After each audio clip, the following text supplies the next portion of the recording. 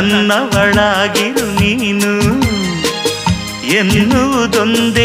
ಓಹೋ ನೀನಿರುವುದಾದರೆ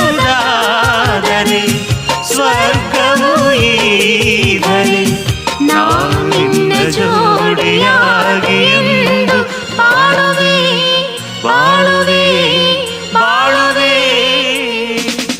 ಎಂದೆಂದು ಎಂದೆಂದು ನಿನ್ನನ್ನು ಮರೆತು ಬದುಕಿರಲಾರೆ.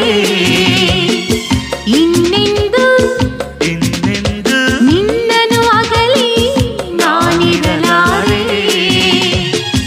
ಒಂದು ಕ್ಷಣ